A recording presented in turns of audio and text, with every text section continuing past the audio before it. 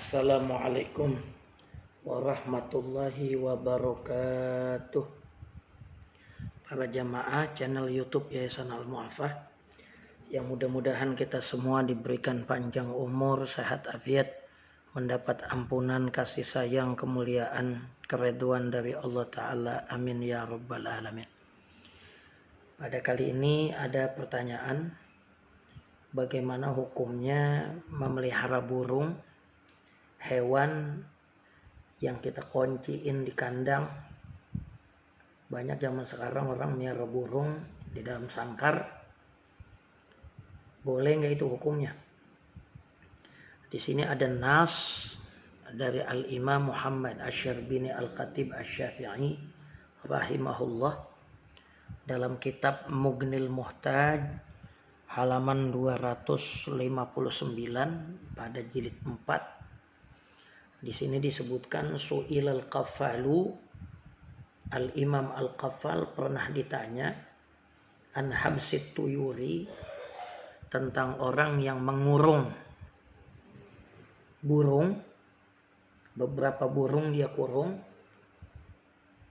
dia karen kandang, fi aqbasin dalam sangkar li sima'i aswatiha, untuk mendengar suaranya.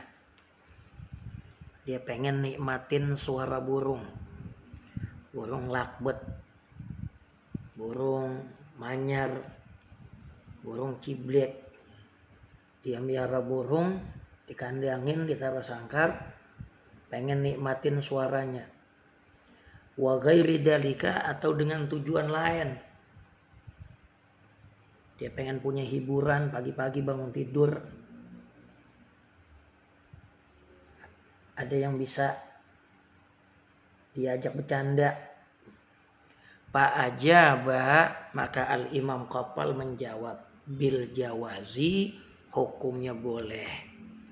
Orang punya hobi miara burung, ditaruh di kandang, dikunci. Padahal burung itu kita tahu dia pengen bebas, pengen templok sini nemplok sono, bahkan pengen kawin juga. Tapi Imam Qafal bilang boleh. Idza ta'ahadaha malikuha, apabila pemiliknya benar-benar ngurusin itu burung, bima tahtaju ilaihi, dengan segala kebutuhan burung itu. Makanannya disediain, minumannya disediain. Jangan apa kita zolimin dia, enggak dimakan, enggak dikasih minum, atau tempatnya enggak nyaman buat dia. Itu hukumnya lain lagi, namanya nyeksa. Kalau nyeksa hukumnya haram.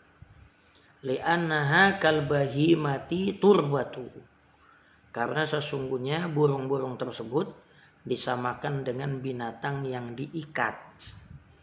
Jadi walaupun diikat, selama dikasih makan, dikasih minum, kita enggak zolimin burung itu, maka hukumnya boleh miara burung di dalam kandang. Sebab ada ustazah yang bicara bahwa miara burung di dalam kandang itu kerjaan Yahudi. Ternyata ada ulama kita yang namanya Al-Imam Qafal memberikan jawaban yang bijak, karena Islam ini adalah agama rahmatan lil alamin. Enggak langsung memponis kebiasaan itu sebagai hal yang dilakukan oleh Yahudi. Hati-hati kita menyebut orang Yahudi, nanti kita, kalimat Yahudi itu yang bakal pulang kepada kita. Jadi dengan jawaban ulama kita bisa meletakkan khilafiyah secara proporsional. Jangan dijadikan wacana untuk menentang arus. Ternyata ulama-ulama kita sudah memberikan solusi dari Permadeka Umat. Mudah-mudahan banyak manfaatnya. Assalamualaikum warahmatullahi wabarakatuh.